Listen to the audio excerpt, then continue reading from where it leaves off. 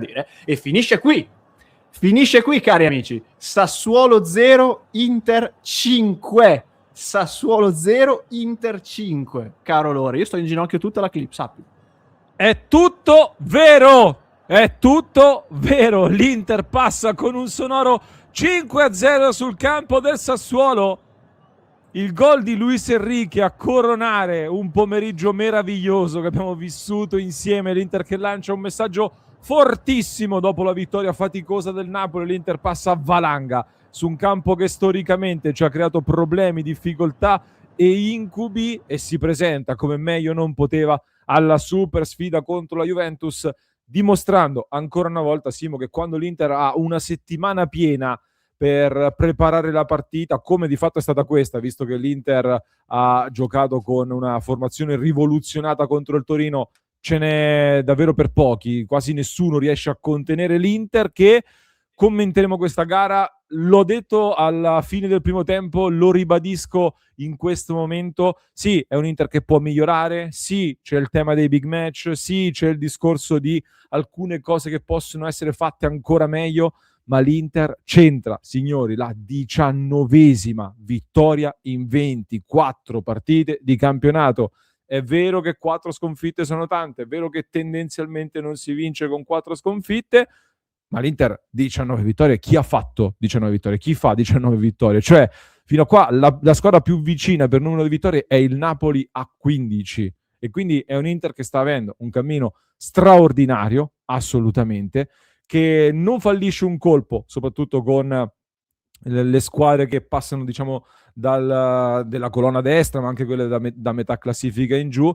La prossima settimana ci sarà anche il big match, ma ne riparleremo. Oggi ci concentriamo su questa gara contro il Sassuolo, su cui l'Inter si è concentrata, è venuta in campo con la voglia di vincerla e l'ha fatto da grande squadra, perché è iniziata malino, nel senso che il Sassuolo aveva approcciato benissimo la partita, aveva dimostrato di averla studiata molto bene, di avere le qualità anche per metterci in difficoltà, e infatti ha servito il salvataggio di un Federico Di Marco che in questo momento per me è da primi 10 posti al pallone d'oro. In questo momento Federico Di Marco in questo momento è da primi 10 posti al pallone d'oro, trascinatore totale dell'Inter, miglior squadra italiana per distacco in questo momento e che vuole ambire ad alti livelli anche in Champions League.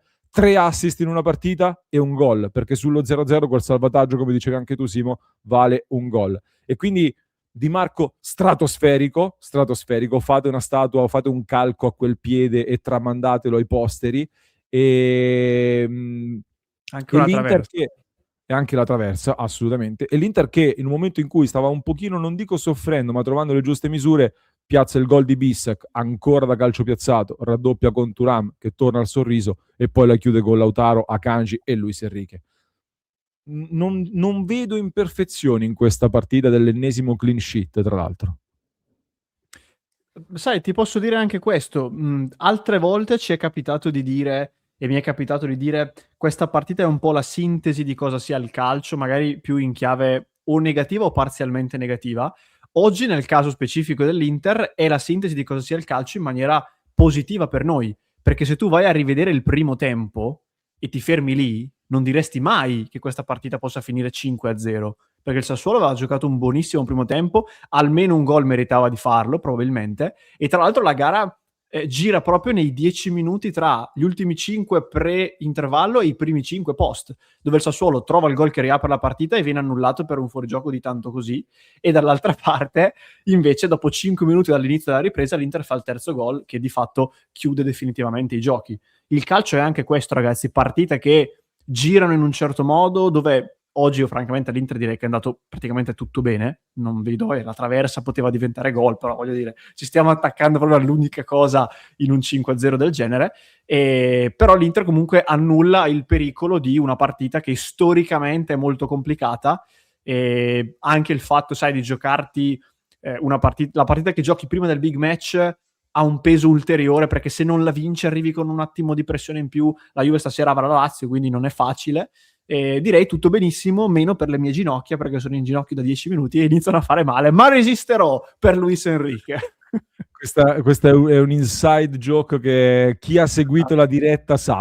Comunque stavo vivendo da alcune settimane a questa parte, ogni settimana diciamo questa è la diretta più divertente degli ultimi anni. Ogni settimana questa cosa sta risuccedendo. Ringraziamo De Pica Pica che dice le vincevamo tutte così se non sprecavamo sempre. Sì, ma la sensazione è quella di un Inter che per me il tema è quello che sottoponevo alla vostra attenzione anche più di un paio di settimane fa, cioè ci ricordiamo la partita con l'Atalanta, ci ricordiamo la partita col Bologna. Se l'Inter ha una settimana piena per preparare la partita, non ce n'è per nessuno probabilmente, almeno fino ad ora. Adesso vediamo che succede poi contro la Juventus domenica prossima, però davvero ci siamo messi nelle condizioni per arrivarci nella miglior situazione possibile.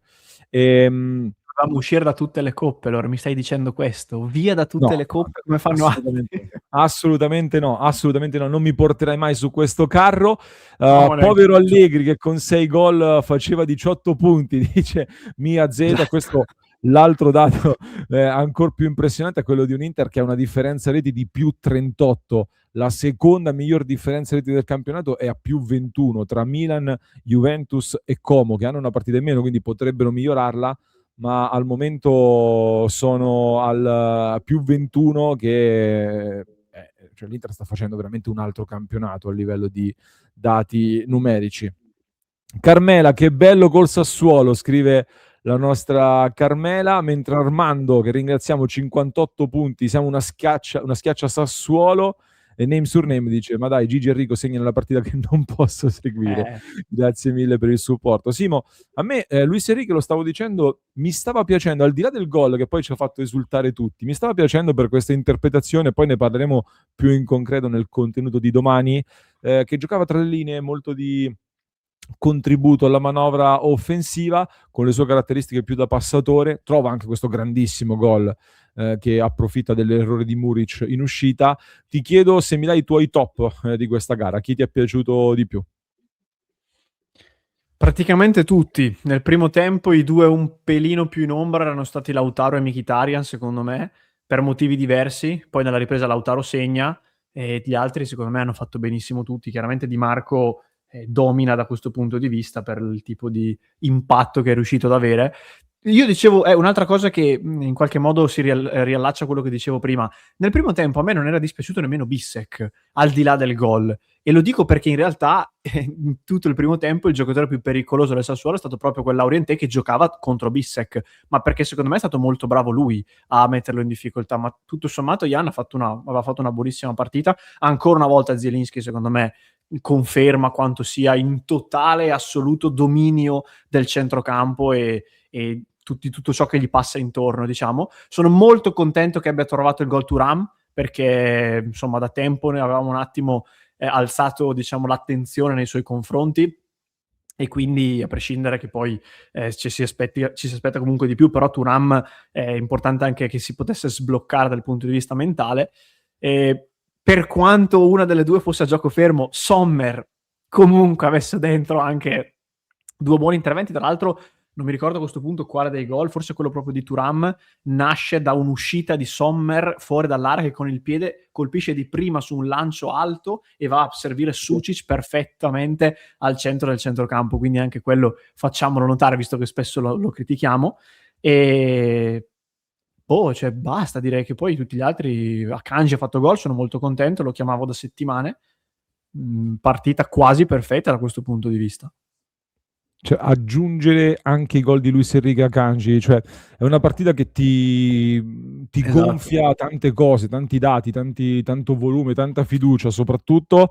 Sto sintetizzando, sto leggendo la chat, nel frattempo Simo ti sintetizzo alcuni commenti che ho letto per chiederti, l'Inter all'inizio comunque è sembrata un pochino in difficoltà nel gestire i 3 attaccanti del Sassuolo nei vari duelli.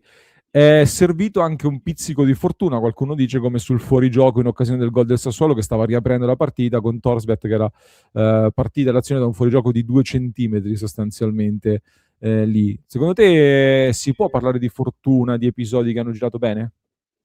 Sì, Sì, e non c'è nessun tipo di vergogna del farlo. Il calcio è anche questo, è uno degli sport in cui l'episodio, il colpo anche un po' di fortuna ha più impatto in assoluto, non c'è da vergognarsi. Tante volte l'Inter si è complicata la vita per un pizzico di sfortuna, oggi ha vinto 5-0 e parte però di questo 5-0 arriva anche da un paio di momenti in cui oggettivamente ci è andata bene. Ma questo non sminuisce quella che è la prestazione. Beh, si tratta appunto di dinamiche tipiche di questo sport. Sono d'accordo con Zazza delle Stelle che dice immaginate come stanno festeggiando Akanji e Gigi negli spogliatoi, cose che rafforzano la squadra, come immagino festeggerà giustamente anche Lautaro Martinez, che oggi segna un gol storico, perché il capitano con questo stop di petto e mancino al volo batte Muric e raggiunge i 171 gol nella storia dell'Inter, quindi il terzo posto di buona insegna come marcatori all time della storia dell'Inter. Lo fa con un gol che tra l'altro vale anche il sesto posto nella classifica dei marcatori stranieri della Serie A all time, quindi è tra i migliori 6 calciatori stranieri di sempre del campionato italiano per gol segnati, e può continuare a scalare posizioni dopo aver superato anche Andriy Shevchenko, tra l'altro, per numero di gol in Serie A, numeri abbastanza pesanti quelli del capitano, che come diciamo anche in diretta, ricordiamoci che non batte nemmeno i rigori, quindi figuriamoci se battesse anche quelli. Mi sembra, Simo, che mentre vi ringraziamo perché abbiamo superato i 99.500 iscritti, stiamo volando veramente verso i 100.000 e vi ringraziamo di cuore, che abbiamo detto un pochino tutto su questa gara. La buona notizia è che poi la partita è praticamente finita al 53esimo e quindi l'Inter si è permessa, Chivu si è permesso di fare dei cambi per gestire le energie. Il finale è stato veramente in discesa, con le marce basse per l'Inter, che non ha dovuto forzare più di tanto e ha trovato anche l'ultimo gol che ha chiuso la gara. E ti chiedo, Simo, di parlare un attimo anche di Christian Chivu, perché quello che sta facendo non è ancora nulla, non ha ancora raggiunto risultati, non ha ancora fatto niente a livello di trofei, eccetera. Però noi siamo qui all'8 febbraio e stiamo ammirando un Inter che sembra veramente forse la più forte degli ultimi anni. Anche mi sembra di rivedere il livello di potenza dell'Inter della seconda stella, francamente, e lo sta facendo a febbraio, quando l'Inter della seconda stella era già in fase di fuga e si apprestava a scappare via del tutto. Ecco, manca solo per la laurea, diciamo così, manca l'acuto nei big match. Sì, e poi manca ovviamente arrivare ad un risultato concreto a fine anno, quello ce lo auguriamo tutti e fa ovviamente la differenza, come sappiamo. No, stavo riflettendo sul fatto che potrei spingermi a dire che pur in condizioni diverse, in situazioni diverse, l'importanza e il peso del lavoro di Chivu in questo momento sia pari o paragonabile all'importanza che ha avuto il lavoro di Simone Inzaghi quando è arrivato all'Inter dopo Conte.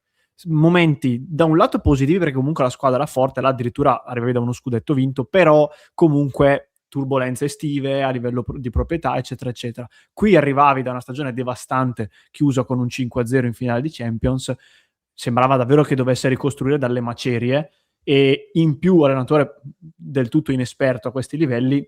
Io a Chivu non posso che fare un enorme applauso, sono doppiamente contento visto che poi è anche uomo Inter in qualche modo, e quindi penso che questo sia un modo, diciamo, qualcosa che porti tutti noi a volerli ancora più bene se possibile, ma questo lavoro che sta facendo non era assolutamente scontato e continuerò a ribadirlo, perché se anche a fine anno per qualche strana ragione dovessimo chiudere senza vincere dei trofei, ragazzi, le premesse di inizio stagione secondo molti erano forse non arriviamo nemmeno nelle prime 4.